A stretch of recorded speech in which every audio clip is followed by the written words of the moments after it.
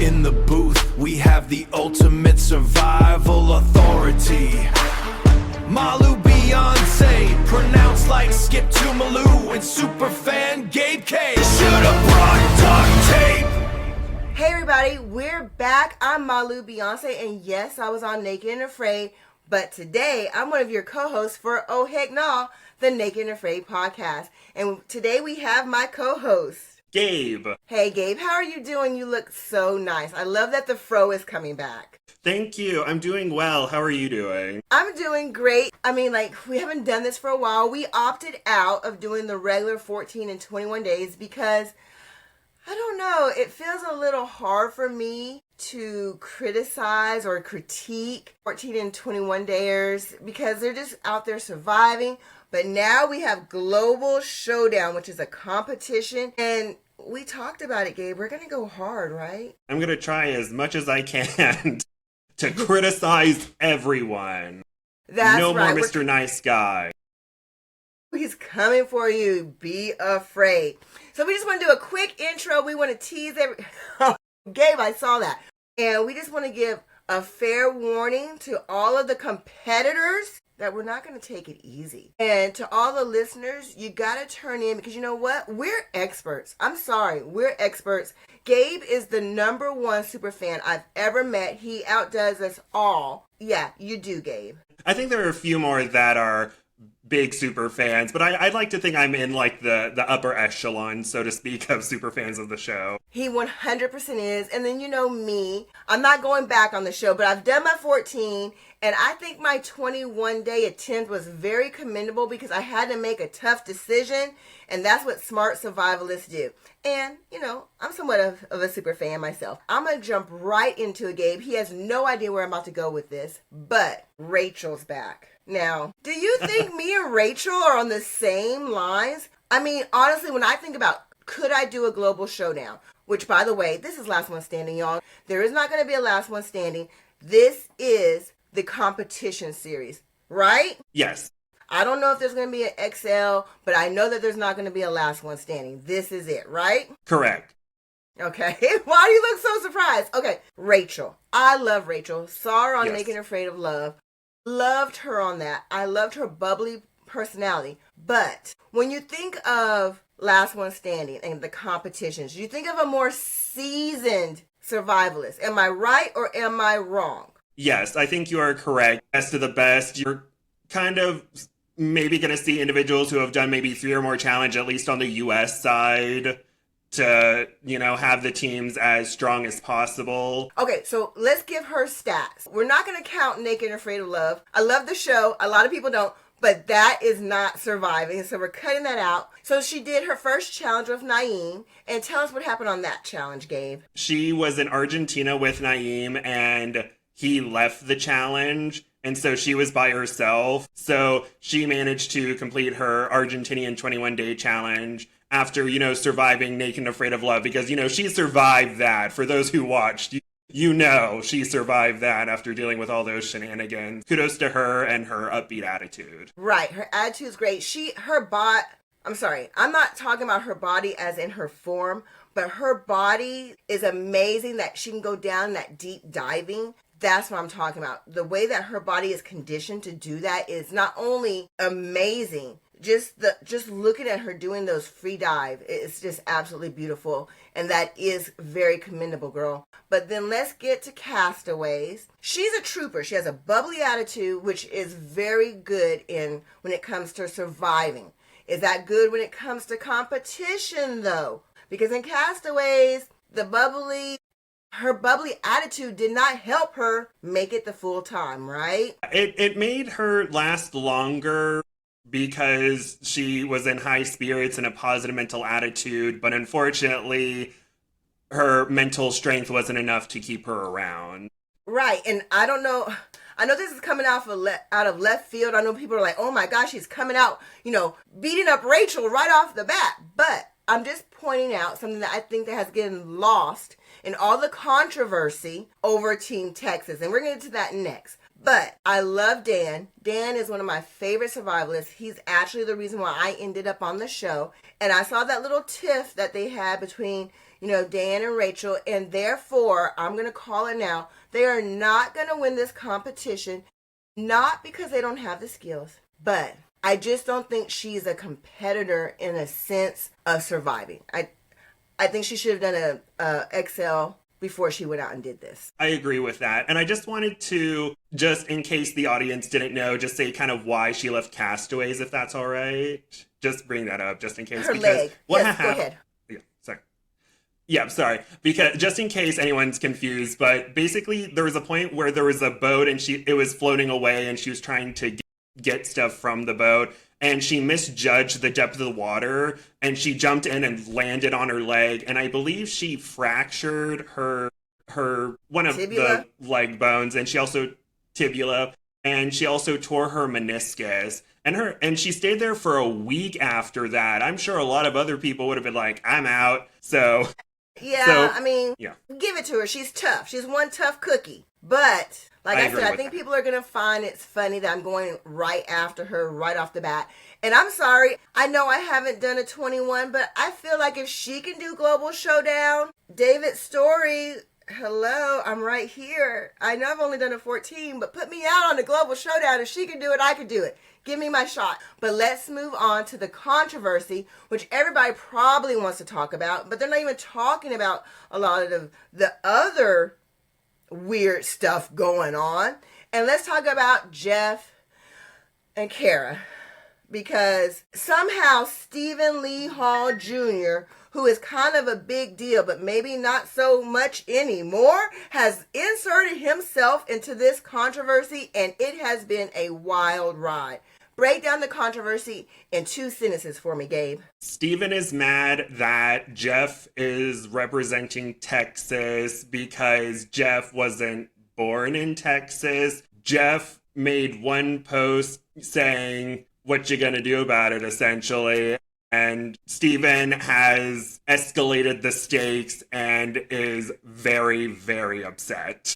I thought it was a joke at first, and I kind of got in on it. I kind of added to the controversy a little bit here and there. But what it boils down to for me is this. I think what this means is Steven's feelings are hurt that he wasn't invited to Global Showdown. And if they are going to have some kind of XL or whatever, he's obviously not part of it. Because had he been part of an XL or some other kind of challenge, maybe he wouldn't be acting this way. Maybe he wouldn't be so jealous. So I feel like he was left out a lot. He wasn't on any of the regular season. He's not on Global Showdown. And I don't think he would be acting like this if he had an upcoming appearance coming up. That tells me we're not seeing Steven anytime soon except on his social platforms. He's stirring the pot. I don't like it. I don't like him stirring the pot. Do you? I'm just so confused by this whole thing. I can't believe Steven has taken it as far as he has. I'm just very surprised by it. I want to say one thing. I saw a little promo. I didn't even look at it. I couldn't. It was so cringe. I did not finish watching it. And you probably know what I'm going to talk about. And it's not the yeehaw. Do you think I'm talking about the yeehaw? Oh, I thought you were talking about the yeehaw. Are you talking? I'm not talking about the yeehaw. I'm talking about the fixin' too. That's all I saw. I didn't watch another second of it. All I heard was them say, I saw Kara say, fixin' two or something. I'm like, listen, I know y'all aren't going to try to give lessons. Did you hear me? Listen, y'all. I know you're not about to try to give lessons. I'm a Texan. I have no beef about them being called Team Texans. They have connections to Team Texans. No problem. But when you start trying to act a certain way, that's where I have a problem. I don't think that she says y'all or fixin' to or pop or any of those other kind of things. I don't believe it. It's not sellable. Y'all's yeehaws were not sellable either. Okay, so the yeehaw video where it's them with the hat back a little I'm bit. listening. Keep talking. I'm listening. Okay, so just going back to the yeehaw video real quick, that was so... Production just popped in and was like, hey, just, give us some B-roll for like 2 minutes of you talking about being in Texas, and you have these hats probably from the Dollar General that we got for you to wear. Just, kind of speak with a Southern accent, and Jeff and Kara just, yeehaw. That's a more expensive looking hat, but...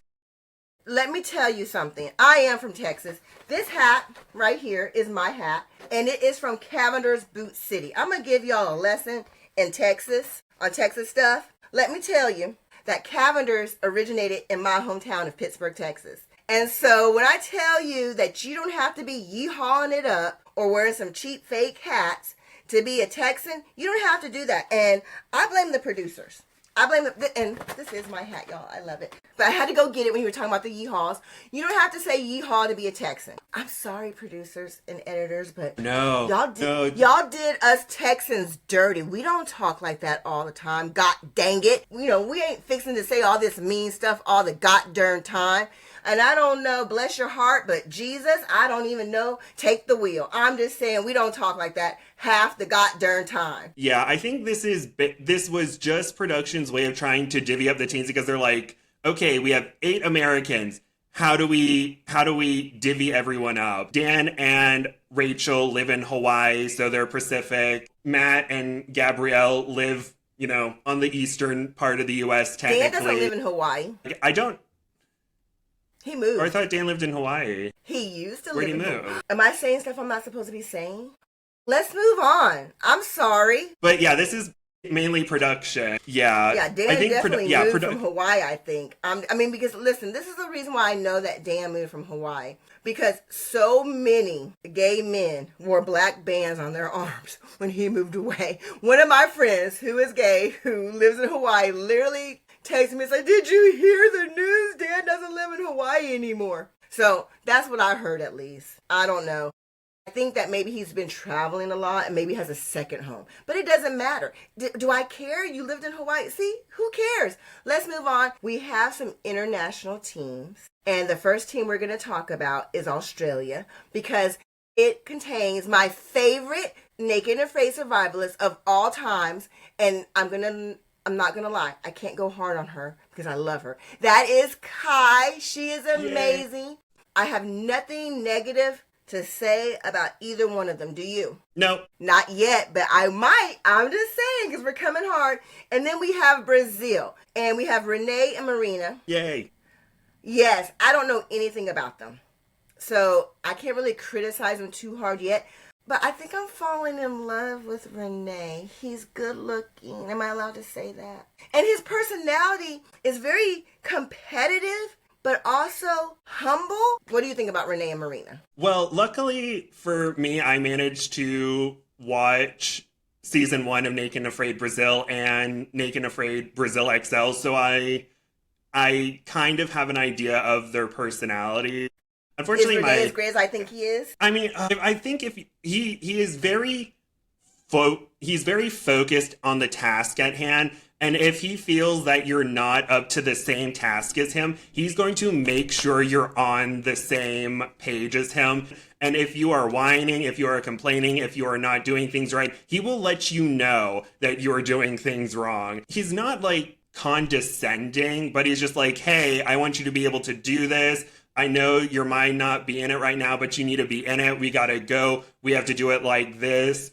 I like strong men and partners, also women who tell you how to get it done. I like a strong leader. Marina seems great as well, and we're going to learn all about her, but let's move on because there's really no controversy with them because we don't know them yet. Mexico, we have Fernanda and Pablo, correct? All right, so let me tell you what Fernanda did, okay? First off, you have a name like Fernanda. It reminds me of Fernando. I automatically like you. She cussed, and I still don't know how they got that by the censors. She cussed in the promo. She went on one of the fan pages and was like, "Hey, this is who I am. I would like to start interacting with y'all in English." I was like, I like her already. Yes, and luckily I also saw season 1 of Naked and Afraid Latin America. Unfortunately, it was a few years ago, but Pablo and Fernanda became really good friends during the challenge once they merged. So I think that this is a really good partnership. And Pablo managed to get an electric eel during his challenge on Latin America season 1. So he's very strong. But even though he's only done one challenge, I think that he is a good competitor and he's very strong. And I think he's a good supportive part. Ooh, I cannot wait to see them. So now we're coming down to something that people are not going to like. They're gonna come for me. People are gonna come for me because we're about to give Matt the business. We have USA East. You know, Matt's in Florida. I don't know where Gabby's from, but let's talk about Matt. You have to have some big cojones to come back for another competition show when you've been unsuccessful in the past. And I feel like his last appearance, he did very well, was very commendable. I think that Darren won, but it could have easily been Matt. Why would you come back? Because if you don't win, then how do you look? The first time he did a competition, I will give him a little bit of the benefit of the doubt, though, because he did tear a calf muscle. Yeah, the second time it was so close, and now I guess he just loves Naked and Afraid so much that he's like, you know what? I have more I need to teach everybody. He wants to come back, but is he gonna, increase the competitive spirit this time and try to, stay laser focused? Because a lot of times he was focused like, oh, let's all be equal. Like, I'll share my food. It's gonna be great. Everyone will be on equal playing fields. But now it's like, hey, you don't want to upset Gabby in any way. So you need to focus in on this competition. You better start focusing is what he's saying. He's too nice, but I'm going to say it for him. Matt, get your game together and you better be focused. You're in a competition. Treat it like a competition. I'm sorry. There's brothers or sisters that compete against each other for big money and big high stakes. Doesn't mean you have to be, evil or stabbing people behind the back, but you have to have that competitive spirit. Great point. Gabby's Gabby. She's freaking great. Surprised to see her I can't think of any flaws. I mean, no flaws with Gabby whatsoever. She's just, everything about her. But wait, what am I saying? We will find a flaw. My goal by the end of this is we will find something to nitpick about Gabby, because that's our intentions, because nobody's perfect. But yeah, she's pretty perfect. And then we have our last one, and I hate to leave them for last, but somebody has to be last, and that's USA South. And we have Frank and Till. You know how I feel about Till. She made that great eye patch. I think she's really resourceful. Her hiatus from being with the Black Cowboy then to Apocalypse was such a long time, and she came back strong. I think, I don't know what to expect out of Frank and Till. This is like the wild card for me. Do you think they're going to be strong or weak? Unfortunately, I think they may start off strong, but then kind of go to the middle of the pack pretty quickly, based off of what we see in the trailer. Tia was just like, I had everything laid out for you like you told me to, and you didn't do it. And so I'm just like, I feel like the communication is going to break down. Not at the very beginning, but pretty soon, unfortunately. Mm-hmm. All right, so we might put this, Frank, I like Frank. There's something about his personality I like.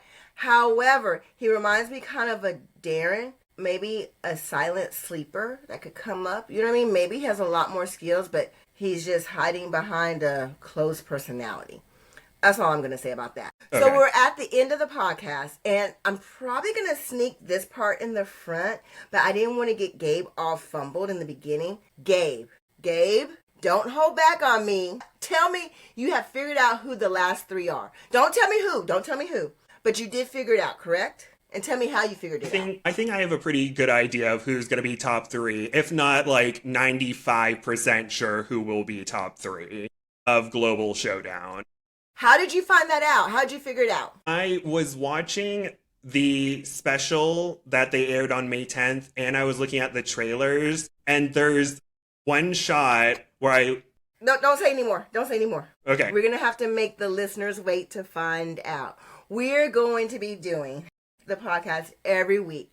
And I think that you should tell them maybe in week one, half of the way you found out. And then maybe they can try to figure it out on their own. But I don't want to know, because if you give all the juice right away right now, they won't want to come back and squeeze us. And I like to be squeezed. We want to give you a warning also. And we haven't discussed this yet, but we're also going to be coming after the fans. I am so sick and tired of some of y'all saying how fake it is. I don't care if you don't like me. I know my voice can get really squeaky. I know that. I know that some of you don't like what I put out. That's fine. But for you to insult the show and say that the show is fake, or for you to come after people in a negative, horrible way, is unacceptable. We are going to be criticizing because it's a competition, but we're not going to be attacking anybody. And we had a lot of controversy in the regular season with some of the guys tapping out, and we're not having that. Criticizing and bullying is a very fine line. And I see some of you crossing that line, and I think it's unacceptable. Let's drop one little insider tip before we go. Give me something that's going to happen in the first episode. What do you think from studying the promos? But I know who's in danger for the first elimination, at least based off the trailers. All right, so we know who's in danger for being eliminated first. The thing is that what I'm worried about is it going to be shown in the first episode, or do you think they're going to hold back a week? I think they're going to make it, it's going to be similar to Last One Standing Season 3, where the cut will happen in episode 2. That's my assumption. Well, should we put out who you think the top 2 people are to get cut? The top 2 teams? Should we put that out in the universe? Or like who may be in danger of going home first based off one shot in a trailer?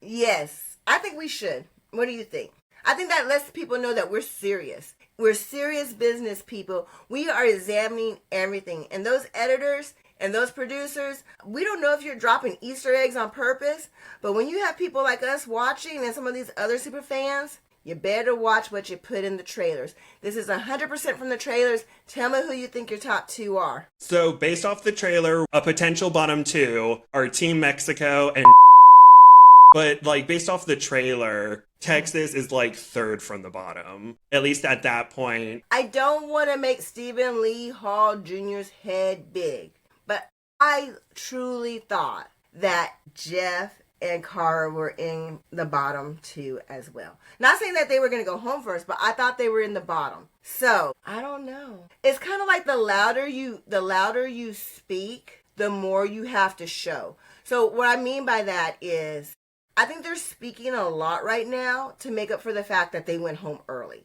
And that's my only basis for this. You gotta milk Jeff and Kara for what they're worth, and they are superstars. So production's gonna milk them, right? So they're milking the cow way too fast. I like it. I cannot wait to do the podcast with you every week, Gabe. Remember, we are the experts. We are experts. So listen to us. If you're a fan of anyone on this list, I guarantee you we are going to critique your favorite more than once. Please don't get mad at us. That's what we do. The last seasons, people were getting mad because people were competing. That makes no sense to me. People are, even though Last One Standing had been going on for 2 previous seasons, people still want the kumbaya. They're obsessed with XLs and everyone working together. Even though XL Season 10, everyone was very not on board with it. People were very critical. That's like going to a boxing match and saying, oh my God, how dare they hit each other? You know what I mean? Like, what? It's a boxing match, people. You're supposed to compete. I cannot wait to see the challenges. So we'll see. I'm going to look at the challenge and I'm going to tell you whether or not, honestly, if I could do that or not. So we're going to have that bit. Could Malou do that? We'll find out. I cannot wait to work with you again. I cannot wait. Please, to all the survivors that are on this show, I hope we have a love relationship. Please DM us privately if there's anything that's said that you don't agree with. Right? We're here to commentate. Don't shoot the messenger. We love all of you already. And I might have a little soft spot for you, Renee. I really do. I don't know why. It was really funny. Someone tried to put up a comment that said, they're really not looking forward to the angry French guy. About Renee? Yes. Please make sure you follow us. We also have private pages. You can find me everywhere at Malou Beyonce. As you know, I am a 2-time naked in your face survivalist. Please follow. I'm doing some interesting stuff with food reviews. What about you? Got anything that you want to plug, Gabe? Well, I have a Facebook and YouTube channel under Gabe Custick, which is my name. And on Instagram, I go by ginger_Jew_fro, where I occasionally have big hair. Sometimes I don't, but the handle was available, so I took that. I love that handle. Please follow us. And like we said, we take all feedback. Come at us. We're strong enough to handle it. All right, we'll talk to you later. We're out. Bye.